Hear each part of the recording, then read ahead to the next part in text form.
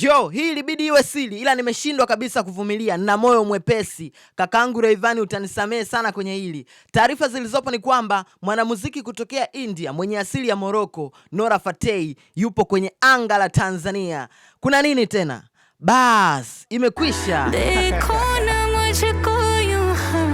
Sasa kwa wale ambao haumfahamu Nora Fatei, ukiwa unataja ile Big 5 ya wasanii wakubwa wa kike duniani, lazima utamention Nora Fatei kulingana na ile rekodi kubwa sana ambayo ameiweka kwenye muziki wa dunia. Sasa kwa wasanii ambao wamewahi kubahatika kufanya kazi na Nora Fatei, ni msanii wetu pia kutokea hapa nchini Tanzania, na mzungumzia Rayvanny Vanny Boy. Wamewahi kufanya project mbili, ya kwanza ilikuwa inaitwa Pepeta.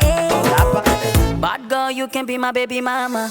Ya pili ilikuwa inaitwa tuite Talk of the World. Ilikuwa inaitwa Oh Mama Tetema. Hii hapa.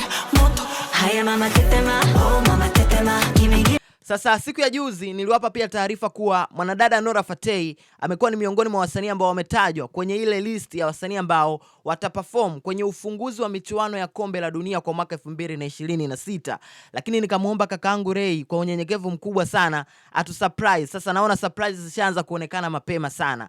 Mwanadada Nora Fatei inadaiwa kuwa sasa hivi ametua visiwani Zanzibar na Rayvanny ndio ameenda kumpokea. Kama unavyoona hii hapa video hapo inamuonesha msanii Rayvanny akiwa uwanja wa ndege wa Zanzibar ameenda kumpokea Nora Fatei. Kwa hiyo jukumu langu ni moja tu siku ya leo, hatulali.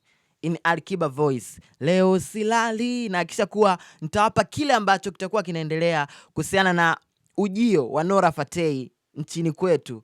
Zanzibar si ya kwetu, Tanzania si ni ya kwetu. Kwa hiyo I'm so happy by the way. Lakini kitu pekee ambacho nakiomba Rayvanny, mlete Bongo nimpeleke Tabata pale akanywe juisi au vipi Bana, mimi naitwa Bounce, don't get twisted. Nitakuletea kile ambacho kinaendelea kuhusiana na hii ziara ya kimuziki ambayo amekuja kuifanya Nora Fatei visiwani Zanzibar.